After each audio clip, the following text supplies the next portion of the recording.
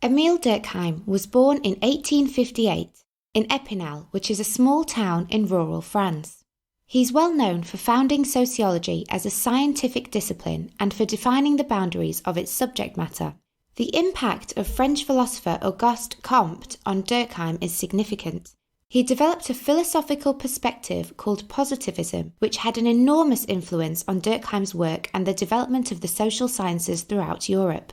Positivism can be defined as a scientific outlook on the world. It asserts that statements about the world should be based on observation and the search for facts. Positivist methodologies produce statistical data which can be used to identify patterns and trends in society. Positivism became associated with progress and social reform as people in society were beginning to make some transformational changes. Comte stated that sciences such as physics and biology were successful because they were based on positivism. By 1880, positivist methods were used throughout France and England, and Durkheim introduced the study of sociology as a scientific discipline when he worked as a lecturer and then a professor at the University of Bordeaux. In his book, The Rules of Sociological Method, Durkheim argued guidelines for sociological research were necessary if sociology was to develop into a science. In Chapter 1 of the Rules, Durkheim states, "It is important to know which facts are commonly called social. If we look at things like eating, sleeping, and reasoning, none of these activities may be called social, since these acts only identify a set of individual facts. In every society there exists a group of phenomena defined in laws and customs which are a traditional and widely accepted way of behaving that is specific to a particular society, place, or time. These are social facts, which Durkheim said must be studied independently to individual facts." Durkheim was influenced by the political climate in France between 1870 and 1895.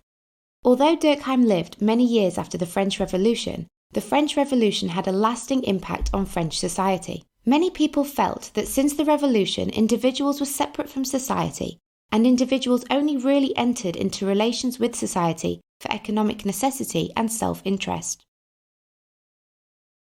Durkheim believed that individualism threatened social cohesion and obscured the authoritative nature of group life. In simple terms, he believed that in order for society to maintain harmony, people need to have a sense of belonging to a community.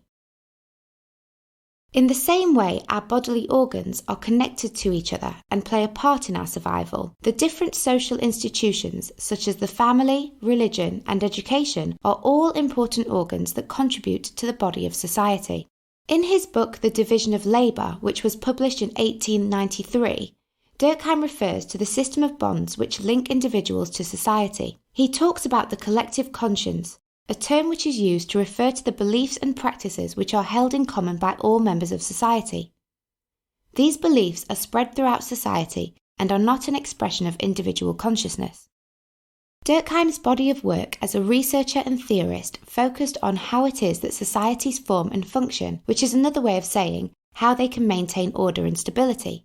For this reason, he's considered the creator of the functionalist perspective within sociology.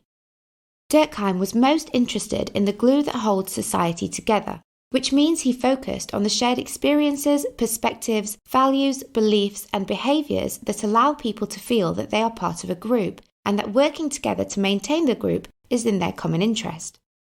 In his work, Durkheim referred to various aspects of society, such as crime, religion, the family, and education, by focusing on the functions they fulfill in meeting the needs of society. He argued the punishment of criminals had an important function to help bring people together. Punishment reinforces the values and beliefs that the majority of people in society hold. So, because people are bound together through their values and beliefs, crime contributes to social cohesion. He said crime is part of a healthy society, and historically there has been no society exempt from crime. Crime has always served the social function of reaffirming collective beliefs and values in society, making it a healthy part of society. He believed religion serves the function of social integration by linking people to others and phenomena outside themselves. Religion integrates individuals into various spheres of social life by placing restrictions on individual autonomy and self-reflection. When studying suicide, Durkheim found that Protestant countries had higher rates of suicide than Catholic countries according to statistical data. According to Durkheim's research, Protestants were much more likely to kill themselves than Catholics. Durkheim asserted one reason for this was that Catholics accept religious demands more readily and follow traditional religious doctrine more strictly than Protestants. Protestants embraced change and encouraged more freedom in religious thinking, which led them to be more autonomous and individualized. In conclusion, religion is functional for society as long as it is followed rigidly. Durkheim also found that suicide happens less in families where there are children. Suicide rates diminished when people married and had family responsibilities. The larger the family, the greater the sentiments and historical memories, and therefore the greater the cohesion. The family group contributes to social integration and links the individual to the group as a whole. The larger the family, the greater the social integration, so the less likely the risk of suicide. In reference to education, he said that one of the main functions was to bind members of society together, in turn creating social unity and solidarity. Therefore, like the family, education is seen as a functional prerequisite because it passes on the culture of a society, particularly its core values. Education helps to create social solidarity. We have social solidarity when we feel as if we are part of something bigger. Durkheim argued that school makes us feel like we are part of something bigger. This is done through the learning of subjects such as history and English, which give us a shared sense of identity. Durkheim argued that school is a society in miniature, preparing us for life in wider society. For example, both in school and at work, we have to cooperate with people who are neither friends or family, which gets us ready for dealing with people at work in later life. Durkheim also stated that education teaches us the specialist skills we need for work. Durkheim noted that an advanced industrial economy required a massive and complex division of labour. At school, individuals learn the diverse skills necessary for this to take place. We may all start off learning the same subjects, but later on we specialise when we do GCSEs and A-levels.